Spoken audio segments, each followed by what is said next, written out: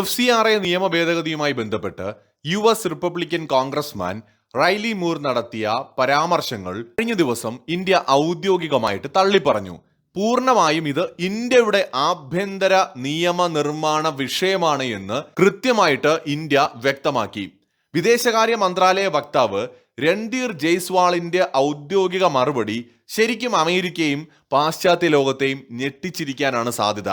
ഇന്ത്യയുമായി ബന്ധപ്പെട്ട നിയമനിർമ്മാണ വിഷയങ്ങൾ പൂർണ്ണമായും ഇന്ത്യൻ പാർലമെന്റിന്റെ പരിധിയിൽ വരുന്ന ആഭ്യന്തര കാര്യങ്ങളാണ് എന്ന് രൺധീർ ജയ്സ്വാൾ വളരെ വ്യക്തമായിട്ട് പറഞ്ഞു. സാധാരണ ഇങ്ങനെ അവിടെയും ഇവിടെയും തൊടാതെ ഒരു ഡിപ്ലോമാറ്റിക് ആയിട്ടുള്ള രീതിയിലാണ് ഇന്ത്യ പ്രതികരിക്കാറ്. അത് ഇന്ത്യയുടെ ഒരു തന്ത്രത്തിന്റെ ഭാഗമാണ്. പക്ഷെ ഇവിടെ ഇന്ത്യ വളരെ സ്ട്രെയിറ്റ് ഫോർവേഡ് ആയിട്ട് ഡയറക്റ്റ് ആയിട്ട് തന്നെ ഹിറ്റ് ചെയ്യുന്നതാണ് നമ്മൾ കാണുന്നത്. മാത്രമല്ല, വിദേശത്ത് നിന്നുള്ള സാമ്പത്തിക ഒഴുക്ക് നിരീക്ഷിക്കുന്നതിനും നിയന്ത്രിക്കുന്നതിനുമായി അമേരിക്ക ഉൾപ്പെടെയുള്ള പരമാധികാര രാജ്യങ്ങൾ കർശനമായ നിയമങ്ങൾ നടപ്പിലാക്കുന്നുണ്ട് എന്നുകൂടി ഇന്ത്യ ചൂണ്ടിക്കാട്ടി. ഇന്ത്യ റഷ്യയിൽ നിന്ന് എണ്ണ വാങ്ങുന്നു എന്ന് യൂറോപ്യൻ മാധ്യമ പ്രവർത്തകൻ എസ് ജയശങ്കറിനോട് ചോദിച്ചപ്പോൾ നിങ്ങളും വാങ്ങുന്നുണ്ടല്ലോ, നിങ്ങളും ഗ്യാസ് ഇറക്കുമതി ചെയ്യുന്നുണ്ടല്ലോ, എണ്ണ വാങ്ങുന്നുണ്ടല്ലോ എന്ന് കൃത്യമായി പോയിന്റ് ഔട്ട് ചെയ്ത് ആ മാധ്യമ പ്രവർത്തകന്റെ വായടപ്പിച്ച എസ് ജയശങ്കറിന്റെ മറുപടി നമ്മൾ ഓർക്കുന്നുണ്ടാവും. പ്രത്യേകിച്ച് അതിനുശേഷം ആ ഒരു വേദിയിലാണ് അദ്ദേഹം പറഞ്ഞത് യൂറോപ്പിന്റെ പ്രോബ്ലംസ് ലോകത്തിന്റെ പ്രോബ്ലമായി കാണുകയും എന്നാൽ ലോകത്ത് മറ്റിടങ്ങളിൽ ഉണ്ടാവുന്ന പ്രശ്നങ്ങൾ യൂറോപ്പിന്റെ പ്രശ്നമല്ല എന്ന് കരുതുകയും ചെയ്യുന്ന മൈൻഡ് സെറ്റിൽ നിന്ന് യൂറോപ്പ് പുറത്തു വരണമെന്ന് അദ്ദേഹം പറഞ്ഞത് വളരെ ഫേമസ് ആയിട്ടുള്ള ഒരു സംഭവമാണ്. അതിനെ ഓർമ്മിപ്പിക്കുന്ന വിധമാണ് ഇന്നലെ നമ്മുടെ രൺധീർ ജയ്സ്വാൾ മറുപടി പറഞ്ഞത്. എന്ന് വെച്ചാൽ അമേരിക്കയിൽ വിദേശത്ത് നിന്ന് ഫണ്ട് വരുന്നതിന് സാമ്പത്തിക ഒഴുക്ക് നിയന്ത്രിക്കുന്നതിനൊക്കെ ആയിട്ട് ശക്തമായ നിയമങ്ങളുണ്ട്. ഇന്ത്യ അത് ചെയ്യുമ്പോൾ അതിനെ എങ്ങനെ നിങ്ങൾക്ക് എതിർക്കാൻ കഴിയുമെന്നാണ് അവിടെ കൃത്യമായിട്ട് അദ്ദേഹം പോയിന്റ് ഔട്ട് ചെയ്തത്. മാത്രമല്ല, ഇത് അമേരിക്കയുടെ വിഷയമല്ല, അമേരിക്കക്കാർ ഇതിൽ കയറി അഭിപ്രായം പറയേണ്ട. ഇത് ഇന്ത്യയുടെ ഇന്റേണൽ മാറ്റർ ആണ്. നമ്മുടെ രാജ്യത്തിനകത്ത് നമ്മുടെ പാർലമെന്റിൽ ചർച്ച ചെയ്ത് നമ്മൾ എടുക്കേണ്ട കാര്യമാണ്, തീരുമാനമാണിത്. ഇതിനകത്ത് വിദേശത്തുള്ളവർ കയറി മറുപടി പറയേണ്ട എന്നുകൂടി സ്പഷ്ടമായിട്ട് ഇന്ത്യ പറഞ്ഞിരിക്കുകയാണ്. റൈലി മൂറിനെ പോലുള്ളവര് ഇന്ത്യ എന്ന് പറയുന്ന നമ്മുടെ രാജ്യം ഈ ഒരു നിയമം കൊണ്ടുവരുന്നത് ക്രിസ്ത്യൻ സമൂഹത്തിനെ ടാർഗറ്റ് ചെയ്തുകൊണ്ടാണെന്ന് പറഞ്ഞിട്ട് അദ്ദേഹത്തിന്റെ രാജ്യത്ത് ജനങ്ങളെ ഇളക്കിവിട്ട് ഇന്ത്യക്കെതിരായ ഒരു വികാരം സൃഷ്ടിക്കാൻ കൂടിയാണ് ശ്രമിക്കുന്നത്. ഇദ്ദേഹവും ഇദ്ദേഹത്തിന്റെ കുടുംബക്കാരും ക്രിസ്ത്യാനികളാകുന്നതിന് മുമ്പ് ക്രിസ്ത്യൻ മതത്തെയും ആ ഒരു കാഴ്ചപ്പാടിനെയും സ്വീകരിച്ച നാടാണ് ഇന്ത്യ. അമേരിക്ക എന്ന് പറയുന്ന രാജ്യം ഉണ്ടാവുന്നതിന് മുമ്പ് ഇന്ത്യയിൽ ക്രിസ്ത്യൻ മതവും ക്രിസ്ത്യൻ പുരോഹിതന്മാരും ഉണ്ടായിരുന്നുവെന്ന് അമേരിക്കയിലെ സായിപ്പന്മാർ ഓർക്കുന്നത് നല്ലതാണ്. ഇന്നും ഈ രാജ്യത്ത് പ്രത്യേകിച്ച് ഒട്ടുമിക്ക സ്ഥാപനങ്ങളിലും ഈ ഹൈന്ദവ സ്ഥാപനങ്ങളിലൊക്കെ പോയി കഴിഞ്ഞാൽ അവിടെ എല്ലാ മതത്തിൽപ്പെട്ട ദൈവങ്ങളുടെയും ചിഹ്നങ്ങളൊക്കെ കാണാൻ പറ്റും. അപ്പൊ ജാതി മത വ്യത്യാസമൊന്നും ഇല്ലാതെ മനുഷ്യർ അത്യാവശ്യം സമാധാനത്തോടെ ജീവിക്കുന്ന ഒരു രാജ്യമാണ് നമ്മുടേത്. ഇവിടെ ജീസസ് ക്രൈസ്റ്റിനെ ആരാധിക്കാനോ അല്ലെങ്കിൽ ഒരു പള്ളിയിൽ കാണിക്കയിടാനോ പോകുന്ന വഴിയിൽ പള്ളിയെ വണങ്ങിപ്പോവാനോ ഈ നാട്ടിലെ മനുഷ്യർക്ക് പ്രത്യേകിച്ച് യാതൊരു മടിയുമുണ്ടെന്ന് എനിക്ക് തോന്നുന്നില്ല. ഇന്ത്യയുടെ ഒരു കൾച്ചർ തന്നെ ഡിഫറെൻ്റ് ആണ്. എല്ലാ മതങ്ങളെയും വിശ്വാസങ്ങളെയും ദൈവങ്ങളെയും ഒക്കെ ഉൾക്കൊള്ളുന്ന കൾച്ചറാണ്. മറ്റൊരു സമൂഹത്തിനും സംസ്കാരത്തിനും അതത്ര എളുപ്പത്തിൽ കഴിയില്ല. ഇന്ത്യയിൽ എത്ര ദൈവങ്ങൾ വേണമെങ്കിലും ഇനിയും ഉണ്ടാവാം, എത്ര ദൈവങ്ങൾ വേണമെങ്കിലും ഇന്ത്യൻ സമൂഹത്തിന് സ്വാഗതം ചെയ്യാനും ഉൾക്കൊള്ളാനും കഴിയും. ഈ സമൂഹത്തിൽ ജീവിക്കുന്ന ഒരാൾക്ക് എൻ്റെ ദൈവം മാത്രമാണ് ശരിയെന്ന് ഒരിക്കലും പറയാൻ പറ്റില്ല. എല്ലാ ദൈവങ്ങളെയും റെസ്പെക്ട് ചെയ്യാനും ആരാധിക്കാനും മടിയില്ലാത്ത ഒരു വിശാല കോൺസെപ്റ്റും ഫിലോസഫിയും ഒക്കെ നിലനിൽക്കുന്ന ഒരു രാജ്യമാണ് ഇന്ത്യ. ഇവിടെ ക്രിസ്ത്യാനിറ്റിക്കെതിരെ എന്നല്ല, ഒരു മതത്തിനെതിരെയും ഈ നാട്ടിലെ മനുഷ്യർ മെജോറിറ്റി സമൂഹവും അതിനെ എതിർക്കാൻ പോകുന്നില്ല. സത്യത്തിൽ ഈ ഇന്ത്യൻ സംസ്കാരം എടുത്തു കഴിഞ്ഞാൽ ഇവിടെ ഏകദൈവവും ഉണ്ടായിരുന്നു, ഏകദൈവത്തെ മാത്രം ആരാധിച്ചിരുന്ന മനുഷ്യരും ഉണ്ടായിരുന്നു. ഇസ്ലാം മതം ഇന്ത്യയിലേക്ക് വരുന്നതിന് മുമ്പ് തന്നെ ഏകദൈവത്തെ മാത്രം ആരാധിച്ചിരുന്ന മനുഷ്യരുണ്ടായിരുന്നു. ഇവിടെ ഈ പറയുന്ന പല ദൈവങ്ങളെയും വിശ്വാസങ്ങളെയും ആരാധിച്ചിരുന്നവരുണ്ടായിരുന്നു. പല രീതിയിലുള്ള ആരാധനാ സമ്പ്രദായങ്ങൾ ഉണ്ടായിരുന്നു. ഈ കമ്മ്യൂണിസം ലോകത്തുണ്ടാവുന്നതിന് മുമ്പ് തന്നെ മതങ്ങളെ ചോദ്യം ചെയ്യുന്ന, മതങ്ങളെ എതിർത്തിരുന്ന സംസ്കാരവും ഈ നാട്ടിലുണ്ടായിരുന്നു. ശ്രീ ബുദ്ധൻ പോലും പരമ്പരാഗത മതവിശ്വാസത്തെ എതിർത്ത ഒരാളായിരുന്നു. അതിനുശേഷവും ചാർവാക മതം എന്ന് പറയുന്ന ഒരു ദൈവത്തിലും വിശ്വാസമില്ലാത്ത മനുഷ്യ സമൂഹം ഇവിടെ ജീവിച്ചിരുന്നു.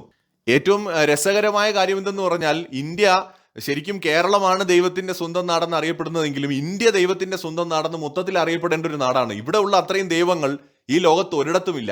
ഏതിനെ വേണോ ചൂസ് ചെയ്യാം, ആർക്കും ഇഷ്ടമുള്ള ദൈവത്തെ ആരാധിക്കാം, യാതൊരു തടസ്സവുമില്ല. പക്ഷെ ഇന്ത്യ ഗവൺമെന്റ് പറയുന്നത് ഒറ്റ കാര്യമേ ഉള്ളൂ, നിർബന്ധിതരമായിട്ട് ചില അജണ്ടകളോടെ മതം മാറ്റം പോലെയുള്ള കാര്യങ്ങൾ നടപ്പിലാക്കാൻ പാടില്ല. നമ്മുടെ രാജ്യത്തിന്റെ ഒരു ഡെമോഗ്രഫിയും സമാധാനവും ഒരു മത സഹിഷ്ണുതയും ഒന്നും തകർക്കുന്ന തരത്തിൽ വിദേശ ശക്തികൾ അല്ല, എന്തിനാണ് വിദേശത്ത് നിന്ന് ധാരാളം പണം ഇങ്ങോട്ട് വരേണ്ട കാര്യം? പ്രത്യേകിച്ച് മതപരിവർത്തന മാഫിയകളുടെ കയ്യിലേക്ക് പണം വരേണ്ട ആവശ്യം എന്താണ്? ഒരു മതത്തിലേക്ക് കൂടുതൽ ആളെ കൂട്ടേണ്ട ആവശ്യം എന്താണ്? FCRA പോലെയുള്ള കാര്യങ്ങൾ അതിനെ മാത്രമല്ല തടയുന്നത്. ഇന്ത്യയിലേക്ക് ഒഴുകുന്ന ഇത്തരം പണം ഈ രാജ്യത്തെ പലതരത്തിൽ വിഘടിപ്പിക്കാൻ ശ്രമിക്കുന്ന ശക്തികളിലേക്കും എത്തുന്നുണ്ട്. അപ്പോൾ FCRA ഏതെങ്കിലും തരത്തിൽ ഇവിടെ വരുന്ന പൈസയെ അല്ലെങ്കിൽ ഏതെങ്കിലും തരത്തിൽ വരുന്ന ഡൊണേഷനെ തടസ്സപ്പെടുത്തുകയോ NGOകളുടെ പ്രവർത്തനത്തെ ഇല്ലാതാക്കുകയോ അല്ല ചെയ്യുന്നത്. അതിന് ഓഡിറ്റിംഗ് ആവശ്യമാണ്. ഇപ്പോൾ CJP പോലെയുള്ളവർ എന്തുകൊണ്ടാണ് NGOകൾക്ക് ഓഡിറ്റിംഗ് വേണമെന്ന് പറയാത്തത്? വിദ്യാഭ്യാസത്തിൽ വേണം, മന്ത്രിമാർക്ക് വേണം, ഭരണകൂടത്തിന് ഓഡിറ്റിംഗ് ആവശ്യമാണ്. കൃത്യമായിട്ട് ഗവൺമെന്റിന്റെ നിയമങ്ങൾക്കുള്ളിൽ നിന്നുകൊണ്ട് എന്തുകൊണ്ട് ഇത്തരം NGOകൾ പ്രവർത്തിക്കണം എന്ന് കൂടി നമ്മൾ മനസ്സിലാക്കണം. ഇല്ലാത്ത പക്ഷം നമ്മുടെ രാജ്യത്ത് പ്രശ്നങ്ങൾ ഉണ്ടാക്കാൻ പല ശക്തികളും ശ്രമിക്കും. അപ്പൊ അതുകൊണ്ട് അങ്ങനെയുള്ള രീതിയിൽ നമ്മുടെ രാജ്യത്തിന്റെ ആവശ്യമാണ് ഇത് കൊണ്ടുവരിക എന്നുള്ളത്. എന്തുകൊണ്ടാണ് അമേരിക്ക ഇത്തരം നിയമങ്ങളൊക്കെ അവിടെ കൊണ്ടുവന്നത്? അവരുടെ രാജ്യത്തെ സംരക്ഷിക്കുക എന്ന ഉദ്ദേശത്തോടെയാണ്. നമ്മുടെ ഇവിടെയും അത് തന്നെയാണ് ഗവൺമെന്റ് ചെയ്യുന്നത്. ഈ രാജ്യത്തെ പ്രൊട്ടക്ട് ചെയ്യുക എന്നുള്ളതാണ്. മോദി ഗവൺമെന്റ് ഒരു ഹിന്ദുത്വ അജണ്ടയുള്ള അല്ലെങ്കിൽ ഒരു ഹിന്ദുത്വ പൊളിറ്റിക്കൽ പാർട്ടി ആയതുകൊണ്ടാണ് ക്രിസ്ത്യൻസിന് എതിരായിട്ടാണ് FCRA കൊണ്ടുവരുന്നത് എന്നൊരു പ്രചാരണം നടത്തുന്നത് എങ്കിൽ ഒരു അടിസ്ഥാനവും അതിനകത്തില്ല. ഹിന്ദുത്വം അല്ലെങ്കിൽ ഹിന്ദു മതം അല്ലെങ്കിൽ ഇന്ത്യൻ കൾച്ചർ, സനാതന ധർമ്മം എന്നൊക്കെ പറയുന്നത് എന്തിനേയും ആരാധിക്കാനുള്ള സ്വാതന്ത്ര്യം കൊടുക്കുന്ന ഒന്നാണ്. അവിടെ ഒരു കല്ലിനെയോ ഗുരുവിനെയോ അച്ഛനെയോ അമ്മയെയോ ജീസസിനെയോ അള്ളാഹുവിനെയോ ആരെ വേണമെങ്കിലും ആരാധിക്കാം. ശിവനെയും വിഷ്ണുവിനെയും അയ്യപ്പനെയും ഗണപതിയെയും മാത്രം ആരാധിക്കാവൂ, വേറെ ആരെയും ആരാധിക്കരുത് എന്ന് ഒരു ഇന്ത്യൻ പുരാതന ഗ്രന്ഥങ്ങളിലും എഴുതി വെച്ചിട്ടില്ല. ദൈവത്തെ ഏത് രൂപത്തിലും ആരാധിക്കാനുള്ള അസാധ്യമായ ഫ്രീഡം കൊടുക്കുന്ന ഒരു റിലീജിയനാണ്.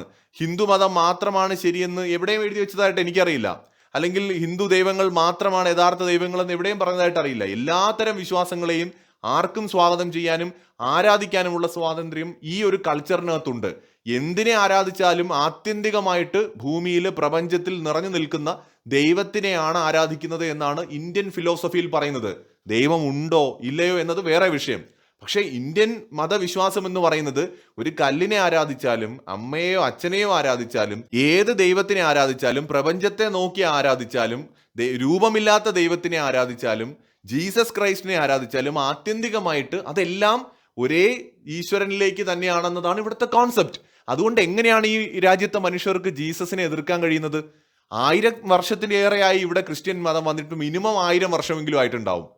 അതായത് അമേരിക്ക എന്ന് പറയുന്ന രാജ്യം ഉണ്ടാകുന്നതിന് മുമ്പ്, ഇന്നത്തെ അമേരിക്ക ഉണ്ടാകുന്നതിന് മുമ്പ്, ഒരു പക്ഷേ യൂറോപ്പിലെ പല രാജ്യങ്ങളിലും ക്രിസ്ത്യാനിറ്റി എത്തുന്നതിന് മുമ്പ് തന്നെ ഇന്ത്യയിൽ എത്തിയിരിക്കാം അതിന്റെ ആദ്യ രൂപം. എങ്ങനെയാണ് ഇത്രയും കാലം ക്രിസ്ത്യാനിറ്റിയും ഇസ്ലാം ഇന്ത്യയിൽ വന്നിട്ട് എത്രയോ വർഷമായി? എങ്ങനെയാണ് അതെല്ലാം ഈ രാജ്യത്ത് ഒന്നിച്ച് നിലനിന്നത്? അത് ഇവിടുത്തെ ഒരു സവിശേഷമായ ഒരു സംസ്കാരത്തിന്റെ ഭാഗമാണ്. ഈ സൊറോസ്ട്രിയൻ അല്ലെങ്കിൽ പാഴ്സി മതമൊക്കെ ഇന്ത്യയിൽ എങ്ങനെയാണ് നിലനിൽക്കുന്നതെന്ന് ആലോചിച്ച് നോക്കൂ. ഇറാനിൽ പോലും അതിന്ന് വംശനാശം വന്നുകൊണ്ടിരിക്കുകയാണ്. ഇന്ത്യയിൽ നിലനിൽക്കുകയാണ് ഇത്രയും പുരാതനമായ സംസ്കാരങ്ങളൊക്കെ. കാരണം ഇവിടെ എന്തും പോകുമെന്ന് പറഞ്ഞ പോലെ ഇവിടെ എല്ലാ മതങ്ങളെയും ഉൾക്കൊള്ളാൻ കഴിയുന്ന ഒരു സംസ്കാരമാണ് ഇവിടത്തേത്. എല്ലാ ദൈവങ്ങളെയും ഇവിടെ ഉൾക്കൊള്ളാൻ പറ്റും. ആ രാജ്യത്ത് ജീസസിനെതിരായിട്ട് അല്ലെങ്കിൽ ക്രിസ്ത്യാനിറ്റിക്ക് എതിരായിട്ടുള്ള മൂവ്മെന്റ് എന്ന് പറയുമ്പോൾ അത് അമേരിക്കക്കാരന്റെ ഡബിൾ സ്റ്റാൻഡേർഡ് ആണ് വ്യക്തമാക്കുന്നത്. FCRA ഒരു കാരണവശാലും ക്രിസ്ത്യാനിക്ക് എതിരല്ല, ഒരു മതത്തിനും എതിരല്ല. അത് ഈ രാജ്യത്തിന്റെ ആവശ്യമാണ്. അതുകൊണ്ടാണ് ക്രിസ്ത്യൻ സമൂഹം തന്നെ അതിനെ സപ്പോർട്ട് ചെയ്യുന്നത്. ഈ വിഷയവുമായി ബന്ധപ്പെട്ടുള്ള കമന്റ് ബോക്സ് എടുത്ത് നോക്കിക്കഴിഞ്ഞാൽ പ്രത്യേകിച്ച് കേരളത്തിലുള്ള വിദേശത്തുള്ള ക്രിസ്ത്യൻസ് ആണ് ഏറ്റവും കൂടുതൽ ഈ ഒരു വിഷയത്തിൽ സപ്പോർട്ടുമായിട്ട് വരുന്നത്. എന്തിനാണ് ഇത്ര വിദേശ പണമെന്ന് ചോദിക്കുന്നത് അവരാണ്. കാരണം അവർക്കറിയാം ഇവിടെ വരുന്ന വിദേശ പണമൊന്നും അവരുടെ കയ്യിലോട്ടല്ല കിട്ടുന്നത്, അതിന്റെ ബെനിഫിറ്റ്സ് ഒന്നും അവർക്ക് കിട്ടുന്നില്ല. അപ്പൊ അവർ സ്വാഭാവികമായിട്ട് ചോദിക്കും എന്തിനാണ് ഇത്രയും പൈസ? കാരണം നമ്മുടെ നാട്ടിൽ ഒരു അമ്പലത്തിലോ പള്ളിയിലോ ഒരു ആവശ്യം വന്നാൽ നമ്മളെ നാട്ടുകാർ പിരിച്ചാണ് കാര്യങ്ങളൊക്കെ ചെയ്യുന്നത്.